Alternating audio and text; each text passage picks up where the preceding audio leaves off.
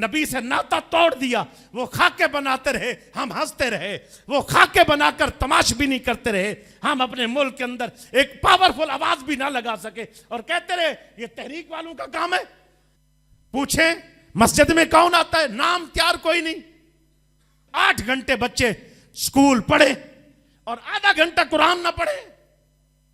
सारा दिन हर जगह मुंह मारे बंदा और कुरान को उठाकर देखे ही ना। कैसा मौलवी, कैसा पीर, कैसे दरवेश, कैसा उम्मती, कैसा हम कितने बड़े बेवफा कौम है, उसके बावजूद भी आज खड़े हैं सारे बख्शिश की उम्मीद लेकर। हाँ जी, बख्शिश किसने करनी है? रब ने करनी है। और किसके वसीला से करनी? वो हुजूर के वसीला से होनी है। और वो कौन सा निसाब है जिस पे पढ़ के हमने जाना है और कामयाब होना? वो कुरान है। नबी से नाता तोड़ दिया। वो खाके बनाते रहे, हम हंसते रहे। वो खाके बनाकर तमाशबीनी करते रहे, हम अपने मुल्क के अंदर एक पावरफुल आवाज भी ना लगा सके और कहते रहे ये तहरीक वालों का काम है। आज तुझे नून के लिए निकलना नसीब, आज तुझे पीटीआई वालों के लिए निकलना नसीब, आज तुझे अपनी माल दौलत के लिए, गली मोहल्ले के लिए रोला डालना नसीब हुआ। कितना बदनसीब है तू, तुझे अल्लाह और अल्लाह के रसूल की इज्जत के लिए उठना नसीब ना हुआ। कितना बदनसीब। सोच अपने मुकद्दर पर, देख कितना बदनसीब है तू। तेरे मुकद्दर मार दिए गए। तू मस्जिद में रहकर भी दीन का पैगाम ना दे सका, तू मौलवी बन के भी हक का पैगाम ना दे सका, तू अल्लाह और अल्लाह के रसूल का नाम बुलंद ना कर सका। हक बात, ये पैगाम तो दूर की बात है, बड़े बड़े मौलवी सुन ले, पीर सुन ले, ये सारे सुन ले। जिस वक्त खैर ये कहते हैं हमारे साथ, मैं मौलाना, मैं पीर, मैं फलां, मैं कहता हूं हर कुछ हो सकता है, लेकिन अल्लाह ने तेरा नाम उस टाइटल से निकाल दिया है जहां मौजूद है खैर उम्मतिन, वो निकल गया है। तू खैर उम्मत नहीं रहा। क्यों?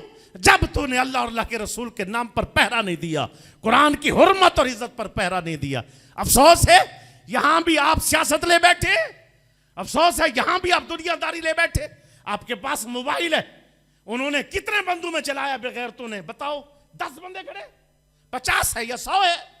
अगर उन्होंने वहां जलाकर बेहयाई करके हमारे यहां फेंक दी वो चीज, तेरे अंदर कितनी जुर्रत नहीं?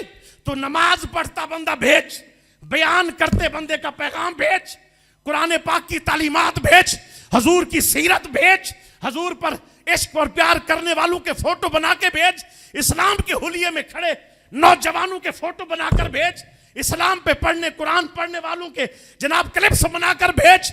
दुनिया को पैगाम दे कि मैं कमजोर जरूर हूं, गुनाहगार जरूर हूं, गद्दार नहीं हूं।